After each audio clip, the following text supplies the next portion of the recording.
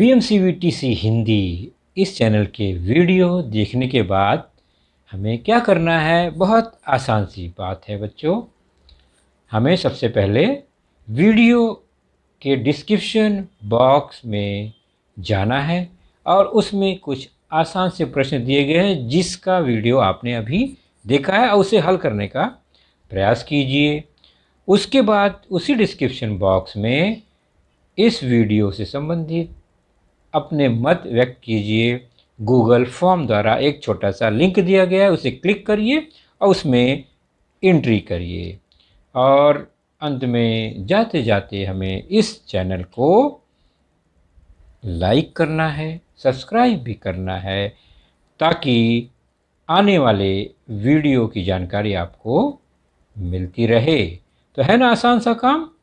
चलिए देखते हैं अपना वीडियो।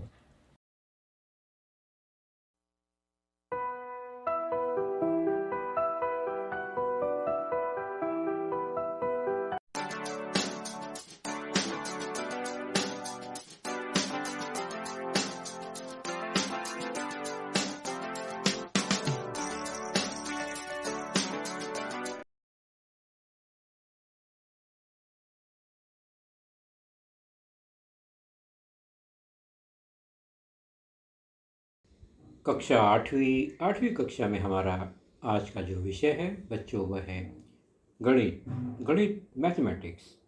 और गणित विषय के अंतर्गत आज हम जिस पाठ पर चर्चा करेंगे वह पाठ है आपके पाठ्य पुस्तक में lesson number 4 altitudes and median of a triangle, अर्थात शीर्ष लंब तथा माध्यिका। और किस आकृति से होता है? त्रिभुज का। तो त्रिभुज के शीर्षलंब तथा माध्यिका पर हम चर्चा करेंगे, जिसमें हमारा कंस्ट्रक्शन रचना का पाठ है ये, अर्थात हम कैसे किसी त्रिभुज के शीर्षलंब बनाएंगे और माध्यिका बनाएंगे और उनके गुणधर्मों की जांच करेंगे। तो कंस्ट्रक्शन पार्ट हमारा रहेगा आज के इस टॉपिक का। तो जब भी कंस्ट्रक्शन रचना की बात होगी बच्चों, तो आपको अपने कंपास बॉक्स की आवश्यकता हमेशा पड़ेगी और उसके कुछ साधनों को जानना, पहचानना, उसका उपयोग करना हमें आना ही चाहिए। इसलिए वीडियो का थोड़ा सा शुरुआती हिस्सा जो है हमारा कंपास बॉक्स के बारे में होगा और कुछ बेसिक रचना जो हमें आना चाहिए, अर्थात कक्षा 7वीं तक या इसकी पहले कक्षाओं में हमने जो कुछ सीखा है उसको हम एक बार थोड़ा सा रिवाइज करेंगे। तो कंपास बॉक्स में दो ये त्रिभुजाकार एक आकृति होती है, साहित्य होता है जिसे हम गोनिया कहते हैं, सेट स्क्वायर गोनिया। और ये विशेष आकृति है, इसके जो कोण है वे विशेष माप के होते हैं। दोनों ही समकोण त्रिभुज होते हैं, दोनों में एक कोण समकोण होता है। उसके बाद अर्थात ये 30 60 90 यानी एक गुनिया इस तरह से होता है जिसमें एक कोण 30 का, दूसरा 60 का और तीसरा 90 तो है ही। और दूसरा जो गुनिया है वो 45 45 का होता है और 90 तो है ही। तो इस तरह से ये दो प्रकार के गुनिया खासकर हमें दिखाई देते हैं हमारे कंपास बॉक्स में। इसका सामान्य उपयोग क्या है? तो ये चूँकि ये फिक्स कोण का माप इसमें दिखाई दे रहा है, तो उस कोण को बनाने के लिए सीधे सीधे गोनिया का उपयोग कर सकते हैं। जैसे मुझे 30 अंश का कोण बनाना है तो मैं सीधे पहले उसका एक आधार बनाऊंगा गोनिये से ही, और फिर 30 अंश का माप जो है दिख रहा है उसी के ऊपर पेंसिल घुमाऊंगा। तो गोनिया हटा लेने के बाद जो आकृति बनेगी निश्चित है वो 30 अंश का ही बनेगा। तो इस तरह से 30 अंश का, 60 अंश का, 90 अंश का और दूसरे कोने का उपयोग करके हम 45 अंश का भी कोण बना सकते हैं सीधे सीधे गोनिये का उपयोग करके। जैसे 60 अंश का है तो गोनिया हमने घुमा दिया और इस तरह से आधार बना दिया एक, और जो 60 अंश की बनाने वाली भुजा है उस पर हमने पेंसिल घुमाया उसके माप से। तो इस तरह से यह बन गया 60 अंश का कोण। तो गोनिये के उपयोग से सीधे हमने 60 अंश का भी कोण बना लिया। अब चलते हैं कंपास बॉक्स से कुछ अन्य साहित्य पे, जैसे कि ये मापन पट्टी स्केल आप देख ही रहे हैं।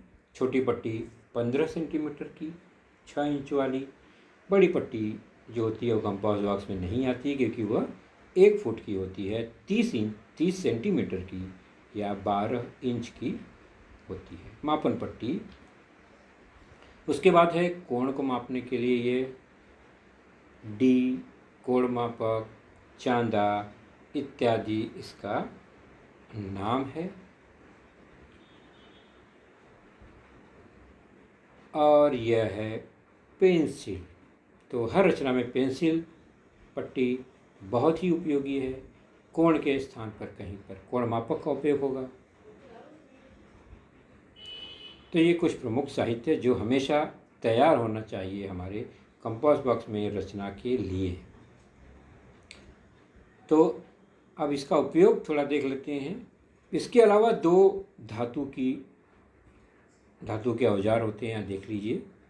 दोनों ओर नुकीला भाग कुछ इस तरह से 2 टांग वाला, जिसे कहते हैं विभाजक, और एक टांग वाला आधा टूटा हुआ टांग, जिसे कहते हैं प्रकार।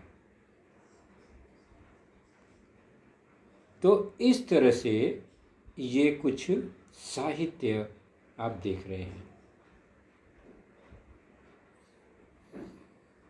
इनके दोनों टांग को खींचकर छोटा बड़ा किया जा सकता है, एक दूसरे से दूर किया जा सकता है। उसकी लंबाइयाँ नहीं बढ़ा सकते, लेकिन उनके पैर को, भुजाओं को हम खींच के कोण को बढ़ा सकते हैं उनके। इनका उपयोग क्या है? सामान्य तौर पर विभाजक का जो उपयोग है वो 2 भिन्न बिंदुओं के बीच की दूरी नापने के लिए होता है। जैसे कि ये बिंदु ए और बिंदु बी आपके स्क्रीन पर है और उनके बीच की दूरी हमें नापनी है, तो सीधे सीधे विभाजक का एक सिरा एक बिंदु पर, दूसरा सिरा दूसरे बिंदु पर रखकर हम उसको फिक्स कर लेते हैं और उसके बाद उसी विभाजक को मापन पट्टी पर रखकर दूरी नाप लेते हैं। तो यहाँ पर देख रहे हैं दोनों सिरा 0 से 7 तक है, यानी 7 सेंटीमीटर दिखाई दे रहा है। तो ए से बी की जो दूरी है, डिस्टेंस है, वह 7 सेंटीमीटर है, ऐसा हम मान लेते हैं। उसके बाद अब चलते हैं हमारा शुरुआती रचना। सबसे पहले हम रेखाखंड खींचना सीखे हैं पिछली कक्षा में। तो रेखाखंड के लिए एक पट्टी, पेंसिल की ज़रूरत होती है। मान लीजिए 8 सेंटीमीटर लंबी कोई रेखाखंड खींचनी है, तो 2 बिंदु ए और बी के बीच की दूरी 8 सेंटीमीटर होगी। तो सबसे पहले एक बिंदु 0 पर बनाएंगे और दूसरा बिंदु 8 पर बनाएंगे और दोनों के को हम पेंसिल से मिला देंगे। और इस तरह से यह जो रेखाखंड बनेगी, चूँकि मापन पट्टी से माप के ही बनाया गया है, तो इनके बीच की दूरी 8 सेंटीमीटर है दोनों बिंदुओं के, इसलिए हम कहेंगे रेखा ए बी बराबर 8 सेंटीमीटर। तो ये रेखाखंड की रचना शुरुआती रचना है। इसके बाद हम कुछ याद और करते हैं कि इसके अलावा हमने क्या क्या सिखाया। तो हमने गोला प्रकार की सहायता से किसी रेखाखंड पर लंब कैसे खींचते हैं वह भी जाना है। तो लंब खींचना ध्यान से देखेंगे। सबसे पहले हमें रेखाखंड पर कोई बिंदु है, रेखाखंड पर कोई बिंदु है, उसी बिंदु पर हमें लंब खींचना हो तो कैसे खींचेंगे। तो सबसे पहले मान लीजिए मैं एक रेखाखंड बना रहा हूँ। यहाँ पर रेखाखंड की लंबाई अगर दी गई है तो उतना ही बड़ा बनाएंगे, नहीं दी गई है तो अपने मन से बना लेंगे। तो यहाँ मैं 8 सेंटीमीटर लंबा यह रेखाखंड खींच देता हूँ और इस रेखाखंड पर, रेखाखंड का नाम ए बी है, इस रेखाखंड पर कोई भी एक बिंदु लेते हैं पी। अब मुझे इसी पी बिंदु पर क्या करना है, लंब खींचना है। तो आप लोग भी साथ साथ अगर करते जाएंगे बच्चों, फटाफट अपना कंपास बॉक्स का साहित्य निकाल कर, तो जल्दी सीख जाएंगे। आपने सीखा है तो दोबारा प्रैक्टिस कर लेंगे। हाँ, तो शुरू करते हैं। पी से रेखाखंड ए बी पर लंब खींचना। तो गोला प्रकार का उपयोग करना है यहाँ पर। जैसा कि हम जान रहे हैं, इस तरह से हमने दोनों बिंदु यानी पेंसिल की नोक और गोला प्रकार की नोक को एकदम एक माप का लेवल का रखा है और उसको फैला दिया। अब नोक को हम क्या करेंगे, उस पी बिंदु पर रखेंगे। पी बिंदु पर रखने के बाद पी के राइट में यहाँ बी बिंदु है, पी के लेफ्ट में ए बिंदु है, और पी के ही राइट और लेफ्ट में जो भी रेखाखंड पर जगह है, दोनों तरफ हम एक एक चाप लगाएंगे। चाप लगाना हमें आता ही है। हम पी से दोनों तरफ चाप लगाएंगे रेखाखंड ए बी पर। एक चाप इस तरह से किसी न किसी बिंदु पर ए बी को काट देगा। फिर गोला प्रकार के माप को बिना घटाए बढ़ाए दूसरी ओर लेफ्ट साइड में भी उतनी दूरी पर एक चाप लगाएंगे। तो पहले हमने क्या किया, पहले हमने एक चाप लेफ्ट में लगाया, उसके बाद एक चाप राइट में, राइट लेफ्ट दोनों तरफ चाप लगाया हमने। अभी लेफ्ट में चाप लगाया, पहले राइट में लगाया। तो ये दोनों तरफ चाप लग जाने के बाद गोला प्रकार को उठाएंगे और जहाँ पर चाप लगा है वहाँ पर उस नोक को रखेंगे। अब वहाँ पर अगर नोक को रखेंगे तो पेंसिल आ जाएगा पी पर, क्योंकि उसकी दूरी तो उतनी ही है। तो अभी हमें क्या करना है, इसके जो भुजाएं हैं इसको फैलाना है गोला प्रकार के थोड़ा, और पी से थोड़ा दूर ले जाना है। थोड़ा सा आगे ले जाएंगे, बढ़ा देंगे ताकि हम चाप लगा सकें ऊपर। तो ये बन गया, थोड़ा सा बढ़ा दिया हमने। अब क्या करेंगे, पी के ऊपर और नीचे दोनों ओर हम ऊपर ही चाप लगा देते हैं, एक ही तरफ। दोनों ओर लगाने की ज़रूरत नहीं है क्योंकि पी बिंदु पहले से ही है। तो इस तरह से एक चाप लगा दिया। अब क्या करेंगे, उसी माप से ए पर रखकर ठीक उसी प्रकार चाप लगाएंगे। तो ये लग गया चाप। ए से रखकर बी से रखकर, बी पर भी रखा, ए पर भी रखा और चाप लगाया। और निश्चित है कि दोनों चाप एक दूसरे को किसी न किसी बिंदु पर प्रतिच्छेदित करेंगे। मान लो हमने उसका नाम दे दिया क्यू, बिंदु क्यू पर। तो पी और क्यू को जब मिलाएंगे तो यह जो रेखाखंड बनेगा या किरण बनेगी या रेखा बनेगी, यह ए बी पर लंब ही होगा। जिसको जोड़ देंगे तो पी बिंदु पर यह क्यू पी लंब होगा। तो इस तरह हमने रेखाखंड पर बिंदु था, उसी बिंदु पर हमने लंब को खींचा। तो प्रकार की सहायता से हमने कोई मापा नहीं, हमने चांदे का उपयोग नहीं किया, कोण मापक का उपयोग नहीं किया, हमने 90 अंश का यहाँ कोई माप नहीं खींचा। तो ये कैसे बनाया हमने, बिंदु जो है रेखाखंड पर था और हमने लंब खींच दिया। इसी में दूसरा हिस्सा है, गुणीय की सहायता से लंब कैसे खींचेंगे। अभी तो प्रकार की सहायता से खींचा हमने, और इसी रेखाखंड पर बिंदु P है और हमें प्रकार का उपयोग न करके गुणीय का उपयोग करना है। तो कैसे करेंगे, बहुत आसान है। सीधे सीधे गुणियों को एक लाएंगे और एक भुजा को इस रेखाखंड के ऊपर समांतर इस तरह रखेंगे, एकदम उसके टच करके, ताकि हमें वो रेखाखंड दिखाई दे। और उसका जो 90 अंश का कोण वाला हिस्सा है वह P पर रखेंगे, जैसा कि आकृति में देख रहे हैं। बस चाहे ऐसे रखें चाहे ऐसे रखें, जैसे जिस तरह से आप पेंसिल को खींच सकें, दोनों तरफ से यह किया जा सकता है। ऊपर से खींच देंगे, पी को मिला देंगे, हो गया ये लंब। तो गुणीय की सहायता से।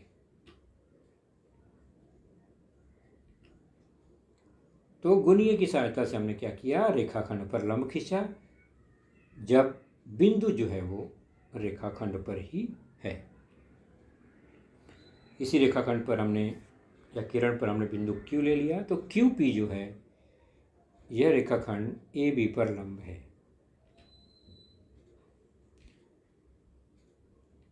अगला है, अगर बिंदु रेखाखंड पर नहीं है, रेखाखंड के बाहर है, तब हम लंब कैसे खींचेंगे। गोला प्रकार में क्या करते हैं, हमने पी पर ही गोला प्रकार रखे रेखाखंड पर 2 चाप लगाए थे। यहाँ भी वैसे ही करना है, लेकिन अब हम करेंगे गुनिये की सहायता से। तो गुनिया उसी तरह रखना है, कैसे, दिए गए रेखाखंड के समांतर इस तरह रखेंगे और पी के किनारे से इसको मिला देंगे। पी के पास रखकर बिंदु पी और रेखाखंड पर जिस बिंदु पर भी वो मिलता है वहाँ मिला देंगे। इस तरह से यह जो रेखाखंड बनेगा वह भी लंब ही होगा। किरण नाम देंगे तो किरण, रेखा बना देंगे पूरा तो रेखा। तो यह गुनिये की सहायता से रेखाखंड पर लंब खींचा गया। बिंदु का नाम दे देंगे इस तरह से। तो रेखाखंड के बाहर बिंदु है, तो हमने किस तरह से लंब खींचना है वह देखा। और इसकी पिछले कक्षाओं में हमने कुछ सीखा है, उसको रिवाइज करेंगे क्योंकि उसका उपयोग बहुत ज़रूरी है, इसलिए हम थोड़ा थोड़ा रिवाइज करेंगे। और क्या देखा है हमने यह गुणधर्म जाना है कि कोई अगर त्रिभुज है, अब हम चलते हैं अपने टॉपिक की ओर। त्रिभुज से संबंधित हमारा यह टॉपिक है। हमने त्रिभुज से संबंधित 2 बिंदुओं को जाना है। कौन कौन से? पहला कि कोई त्रिभुज है, उसके जो तीनों कोण होते हैं, हर त्रिभुज में 3 कोण होते हैं, उनके कोण को अगर हम समद्विभाजित करें, यानी 2 भागों में बांटे रेखाखंड खींचकर, या रेखाखंड खींचा हमने 2 भागों में बांटा, कैसे बांटा जाता है ये हम यहाँ आज नहीं देखेंगे। तो कोण समद्विभाजक हमने अगर खींचा, कोण को 2 भागों में बांटा है, तीनों कोण को अगर दो समान भागों में बांट दिया, यानी 3 कोण समद्विभाजक हमने खींचा, कोण को 2 समान भागों में बांट दिया, तो हम क्या देखते हैं? हम देखते हैं कि वो जो कोण समद्विभाजक हैं वह एक ही बिंदु पर मिलते हैं, अर्थात वे संगामी हैं। त्रिभुज के कोण समद्विभाजक संगामी, संगामी मतलब होता है 3 या 3 से अधिक रेखाएं एक ही बिंदु पर अगर मिलती हैं तो वे संगामी होते हैं, और उस बिंदु को संगमन बिंदु कहते हैं सामान्य तौर पर। तो यहाँ पर हम देखेंगे यह त्रिभुज है, त्रिभुज का कोण समद्विभाजक है। तो त्रिभुज के कोण समद्विभाजक का जो संगमन बिंदु है उसको हम आई नाम से यहाँ दिखा रहे हैं। इसे कहते हैं अंतः केंद्र, इन सेंटर। क्या नाम है इसका? अंतः केंद्र।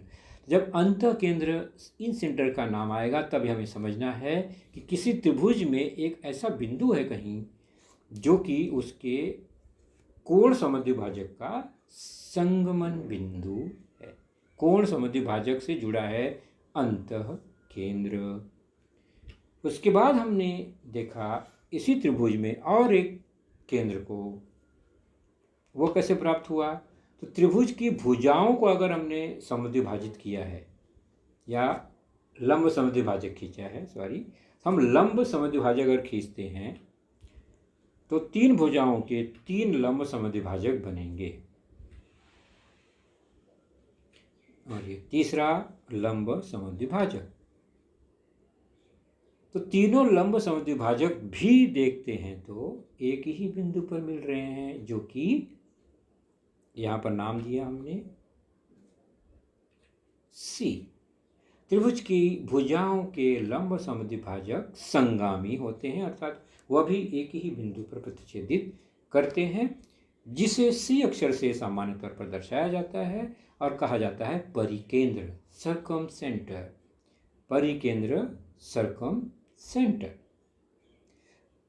परिकेंद्र का मतलब होता है कि इस बिंदु पर अगर हम गोला प्रकार रखें और त्रिभुज के शीर्ष बिंदु से मापें और एक वृत्त बनाएं तो इस त्रिभुज के तीनों शीर्ष बिंदु के ऊपर से बाहर से एक वृत्त बन जाएगा, इसलिए इसका नाम है परिकेंद्र, सर्कम सेंटर।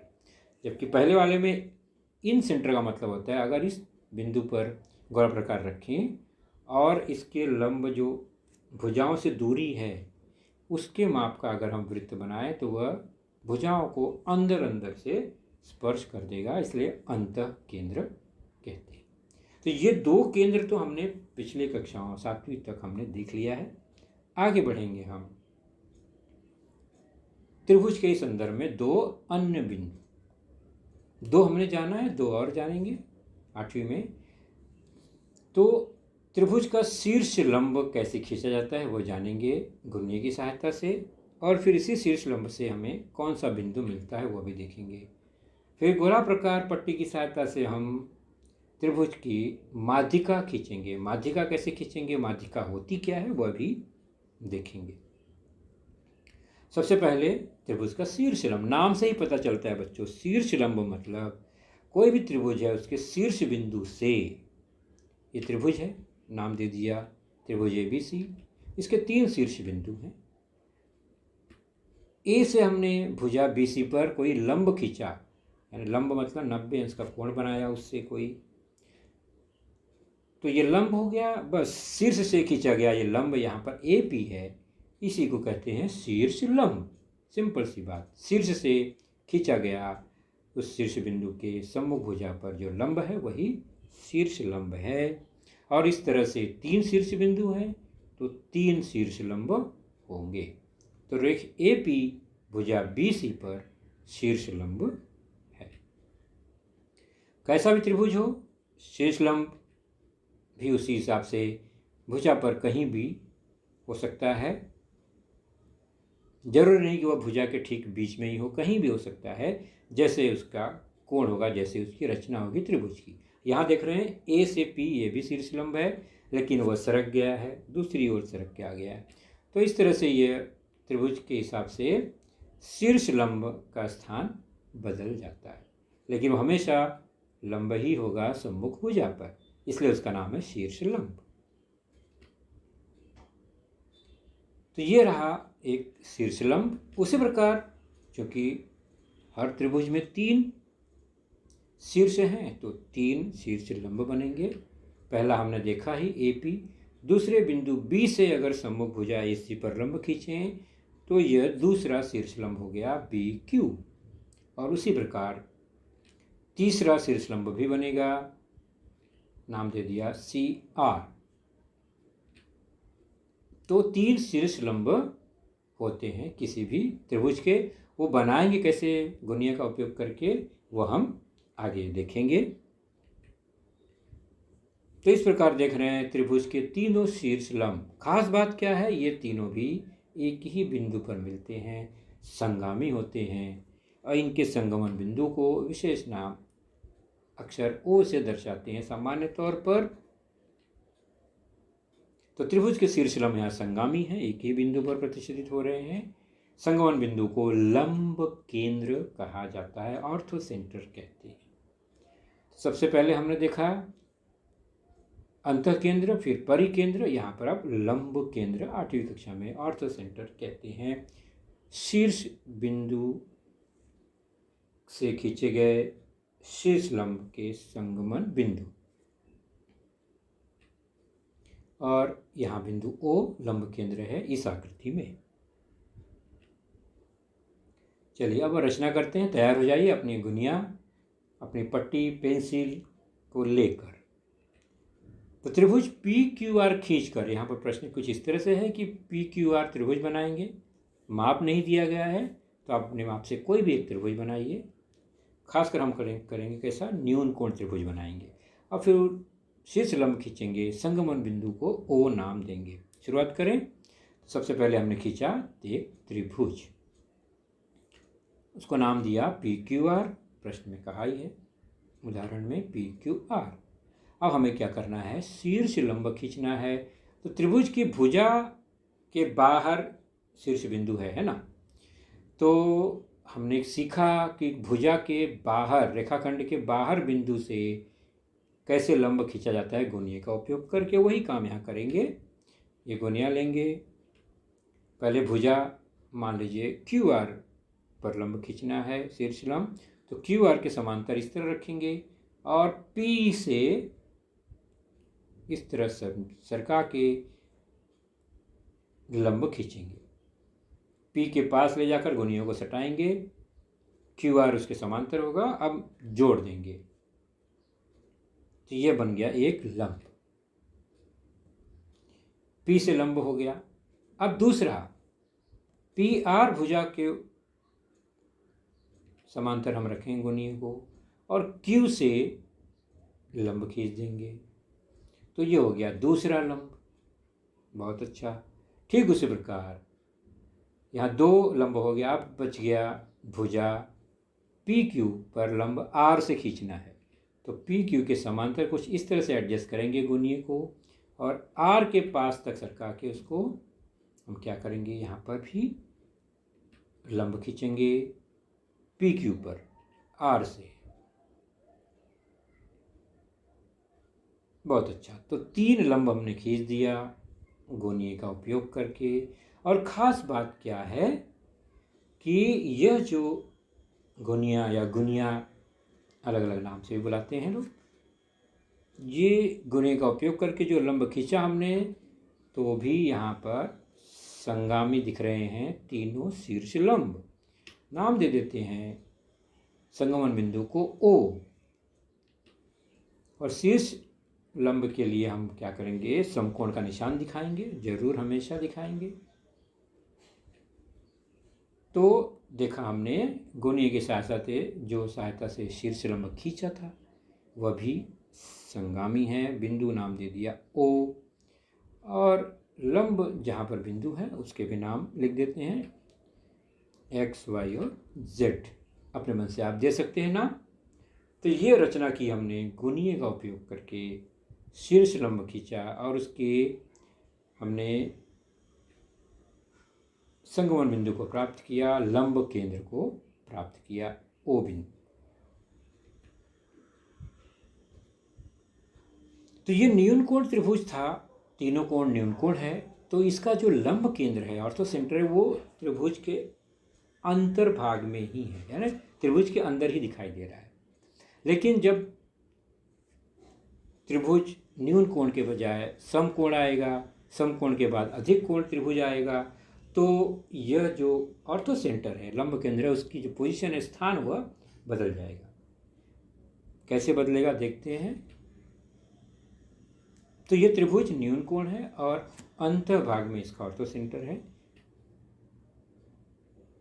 अगर ये समकोण होगा तो इस तरह से इसका ऑर्थो सेंटर कहाँ जाएगा, समकोण पर ही आ जाएगा।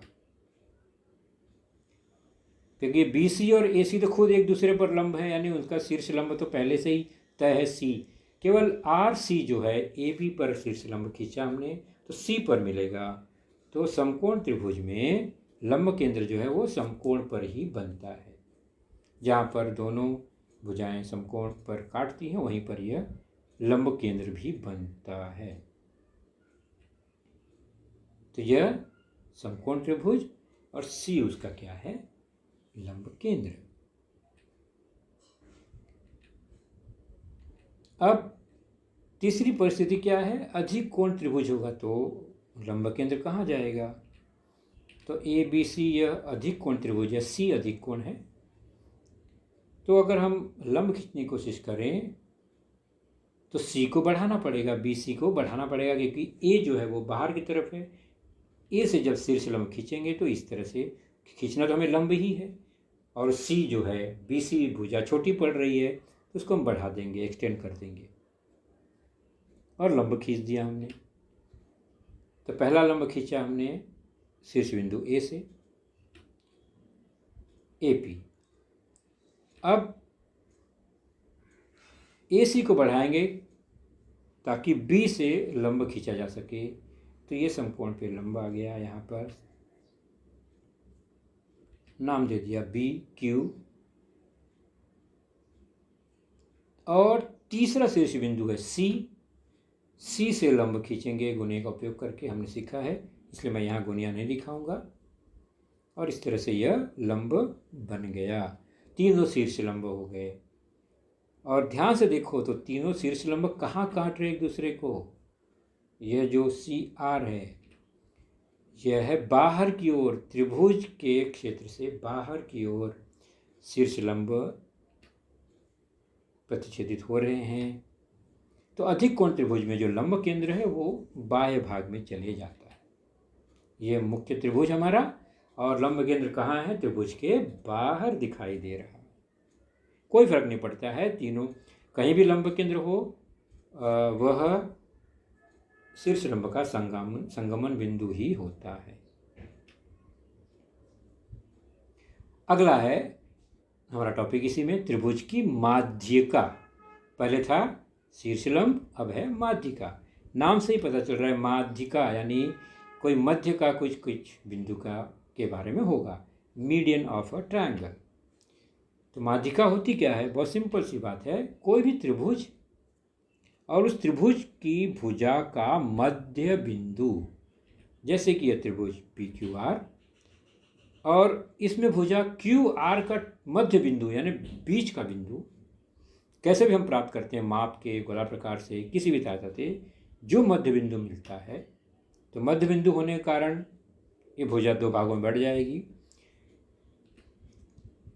तो मध्य बिंदु का नाम मैंने एल दे दिया यहाँ पर। अब पी से एल को अगर हम जोड़ते हैं तो हमने अभी शीर्ष बिंदु से किसको जोड़ा? लंब नहीं खींचा है, हमने शीर्ष बिंदु से मध्य बिंदु को जोड़ा है सम्मुख भुजा के। इसलिए यहाँ पर एक रेखाखंड बना जो कि भुजा क्यू आर के मध्य बिंदु से जुड़ा हुआ है, पी एल। उसी प्रकार दूसरी भुजा पी आर का मध्य बिंदु होगा, मान लीजिए उसका नाम एम दे दिया हमने। तो क्यू से मध्य बिंदु एम को जोड़ने वाला यह एक दूसरा रेखाखंड। और ठीक उसी प्रकार पी क्यू पर एक बिंदु, पी क्यू पर जो बिंदु है मध्य बिंदु एन, उनसे मिलाने वाला, उससे जोड़ने वाला यह भुजा आर एन। तो तीनों मध्य बिंदु से तीनों शीर्ष को मिलाने वाले ये रेखाखंड हमको दिखाई दे रहे हैं, इन्हीं को कहते हैं माध्यिका। त्रिभुज के शीर्ष बिंदु और सम्मुख भुजा के मध्य बिंदु दोनों को जोड़ने वाला जो रेखाखंड है वही त्रिभुज की माध्यिका, मीडियन होती है। बहुत सिंपल सी बात है। अब गुणधर्म क्या है इसका, तो ध्यान से देखेंगे तो यहाँ पर आकृति में P L Q M R N ये त्रिभुज पी क्यू आर की माध्यिकाएँ हैं और त्रिभुज की माध्यिकाएँ संगामी हैं, अर्थात तीनों माध्यिका एक बिंदु पर प्रतिष्ठित कर रहे हैं, एक ही बिंदु पर काट रहे हैं एक दूसरे को, जिसे जी अक्षर से सामान्य तौर पर दर्शाया जाता है। तो हमने अभी देखा और रचना की, नहीं हमने देखा अभी रचना कैसे बनाएंगे, कैसे उसको। अभी तो हमने केवल माध्यिका का परिचय लिया, अगर हमें बनाना है तो कैसे बनाएंगे? तो हमें सबसे पहले त्रिभुज की भुजाओं का मध्य बिंदु प्राप्त करना होगा। उसके बाद हमें उस भुजा का समद्विभाजक खींचना होगा और फिर मध्य बिंदु प्राप्त करेंगे।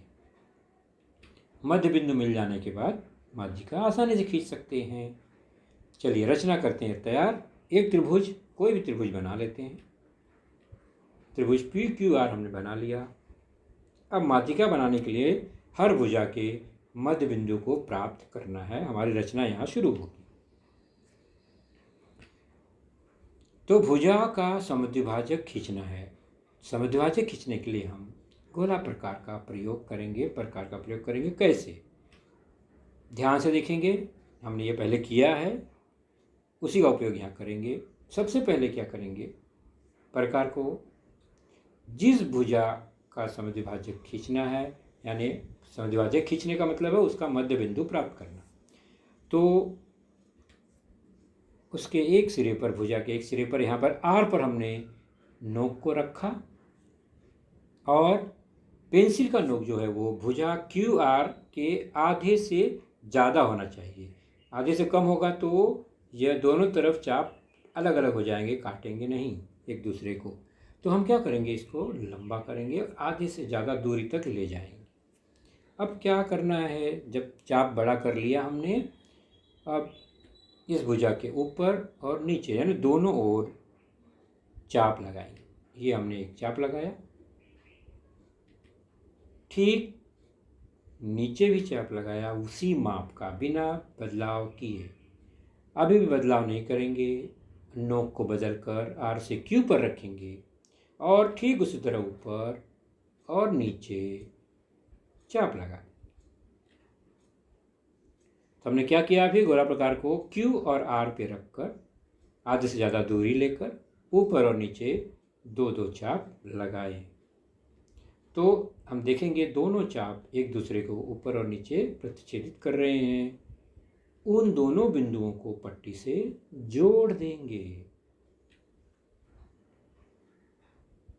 तो बन जाएगा समुद्विभाजक। यह लंब भी होता है, लंब समुद्विभाजक बन जाएगा। तो हमारा उद्देश्य था समुद्विभाजक खींचना ताकि हमें बीच में एक बिंदु मिले जो कि QR का मध्य बिंदु होगा, उसका नाम दे देंगे, हमने A नाम दे दिया। तो एक भुजा QR का हमने खींच लिया, बाकी दोनों भुजाओं का आप इसी तरह गोला प्रकार का प्रयोग करेंगे और खींचेंगे तो 3 हमें समुद्विभाजक मिलेंगे। PR का समुद्विभाजक खींचेंगे तो इस तरह से PR का समुद्विभाजक बनेगा और हमें मध्य बिंदु मिल जाएगा जिसका नाम हम दे देंगे बिंदु B।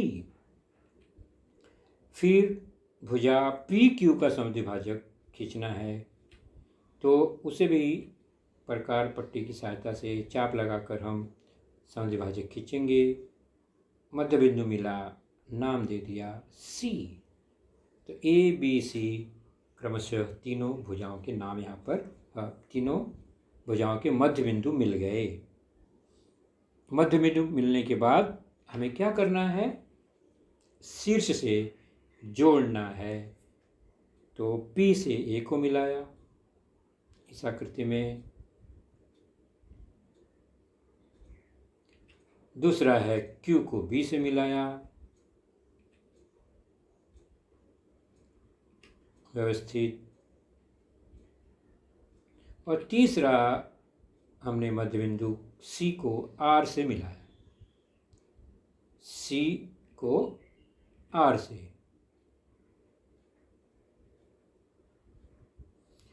तो हमने तीनों माध्यिकाएं खींच ली यहाँ पर और देख रहे हैं तीनों माध्यिकाएं संगामी हैं।